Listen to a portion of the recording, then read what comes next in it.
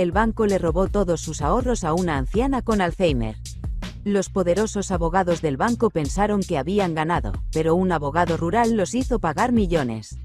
Asesores financieros de un importante banco robaron todo el dinero de una anciana rica que estaba muriendo de Alzheimer, y ella no se dio cuenta hasta que le cortaron los servicios. Mi hermano, un humilde abogado, recibió la llamada para representarla. Todos los grandes abogados habían rechazado el caso o fracasado en hacer algún avance. Enfrentarse a un equipo legal que cobra colectivamente $10.000 por hora no es fácil. Y dado que los bancos siempre tienen cláusulas de arbitraje obligatorio en sus contratos, ella no podía demandar ni siquiera iniciar un descubrimiento adecuado. Era obvio lo que había sucedido, pero era difícil de probar sin acceso a los registros del banco y bajo arbitraje, no importaría de todos modos. El banco había congelado su acceso a sus propias cuentas debido a fraude, así que ni siquiera podía obtener sus propios estados de cuenta. Mi hermano se obsesionó con vengar a esta mujer. Para cuando tomó el caso, ella apenas comprendía su situación, pero su hijo solo quería hacer que el banco se rindiera, y mi hermano estaba completamente comprometido. Logró encontrar una técnica legal oscura que anulaba la cláusula de arbitraje y forzó al banco a entrar en el proceso de descubrimiento. Esta decisión fue publicada en varias revistas legales en todo el país. La técnica, en forma de resumen, fue que el banco no mantuvo una copia original del contrato, por lo que no podían probar que había una cláusula de arbitraje.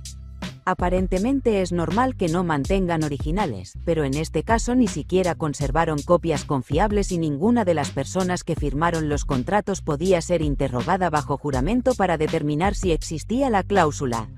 Así que el juez simplemente desechó la cláusula. La parte oscura era que las copias eran casi duplicados exactos del original, pero algunas palabras habían sido cambiadas y las páginas renumeradas, y él notó las diferencias y señaló que no eran verdaderos duplicados. No era realmente un vacío legal en la ley, sino un defecto en la contabilidad del banco. Después de luchar y retrasar el descubrimiento hasta el último minuto, el banco le lanzó a mi hermano más de 200 cajas de documentos el viernes antes de la audiencia de descubrimiento el lunes. Tenía 72 horas para revisar decenas de miles de páginas de documentos.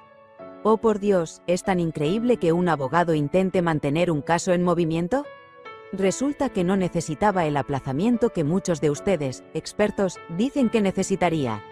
Esta actitud explica mucho sobre muchos casos. Alquiló un hotel para el fin de semana para no tener distracciones, hizo que un amigo le llevara un carro y trasladara las cajas a la habitación del hotel, y se puso a trabajar. En una de las cajas había un correo electrónico entre un vicepresidente del banco y el abogado principal del banco. Lo describí incorrectamente como dos vicepresidentes en mi publicación anterior, discutiendo cómo nunca habría un proceso de descubrimiento, así que no había necesidad de destruir documentos, es decir, pruebas futuras, y también comentando que no estaban preocupados por la demanda de la anciana, ya que el banco había congelado sus cuentas, por lo que no podría pagar a su abogado y él era solo un abogado rural, sus palabras, que seguramente renunciaría una vez que no estuviera siendo pagado. No era como si trabajara para alguna gran firma que pudiera simplemente pagarle mientras trabajaba. También discutieron que la señora probablemente moriría de Alzheimer antes de que sus cuentas fueran descongeladas, una vez que se probara que el fraude era falso. Oh por Dios, no necesariamente es secreto profesional, incluso yo sé que no es un hechizo mágico que puedes agitar y hacer que todo desaparezca. Caía fuera de los parámetros del secreto. ¿Realmente crees que el banco se hubiera llegado a un acuerdo si hubieran sentido lo contrario? Tenían a mi hermano completamente equivocado, por supuesto. Él trabajaba todo el día en casos que sí le pagaban y luego se quedaba despierto hasta la mitad de la noche trabajando en a veces sin recibir un centavo durante meses. Hicimos los cálculos más tarde, ganó alrededor de $2.75 por hora por su trabajo a lo largo de más de 7 años. De todos modos, estos ineptos discutieron abiertamente varios actos ilegales en correos electrónicos entre ellos, y luego no destruyeron los documentos que demostraban que realmente habían llevado a cabo esos actos, los cuales legalmente podrían haber destruido en ese momento, pero eran tan arrogantes que pensaban que no tenían que hacerlo.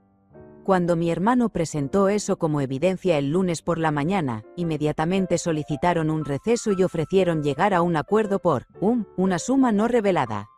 Además, ganó para su cliente $10 millones, edición, $13 millones, en una parte separada de la demanda.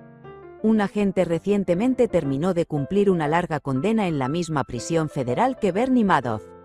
Él recibió tiempo de prisión por fraude fiscal y una combinación de fraude bancario, falsificación, perjurio ante los federales y creo que presentar documentos falsos. No recuerdo cuál de estos se declaró culpable, pero esas fueron las acusaciones originarias.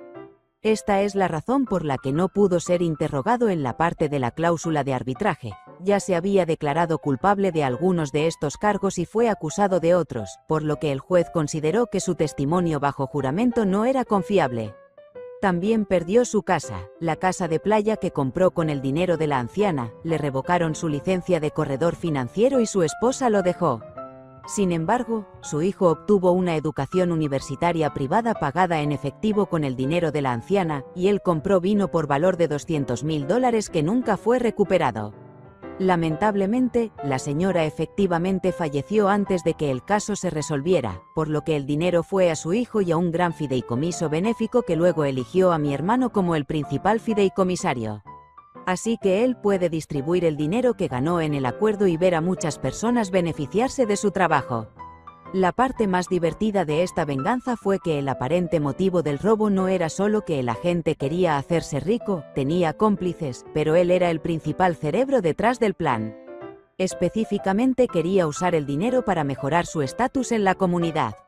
Así que, de hecho, donó gran parte del dinero robado a organizaciones benéficas, para que pudiera ser invitado a grandes galas, recibir premios filantrópicos, etc. Ahora está arruinado, desempleado, divorciado y deshonrado, mientras que mi hermano va a galas y recibe premios filantrópicos con el dinero que este tipo ayudó a pagar con la venta de sus casas, autos, etc. Bastante dulce. PD. Siento la obligación de difundir el evangelio antiarbitraje de mi hermano. Si no fuera por una fluke técnica que llevó a que la cláusula de arbitraje estándar fuera desechada, no habría habido descubrimiento y no habría justicia para esta señora. Bajo cláusulas de arbitraje, no se permite demandar a un banco, correduría, asesor financiero, etc., y sin una demanda no puedes hacer descubrimiento.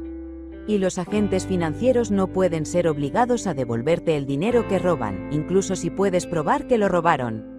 En este caso, el descubrimiento llevó a evidencia de fraude fiscal, por parte de uno de los agentes que robó el dinero y no reportó los ingresos, y los federales obtuvieron así mucho más acceso a los registros. En conclusión, el arbitraje beneficia a la corporación el 98% de las veces, a expensas del consumidor. Opta por no participar siempre que sea posible.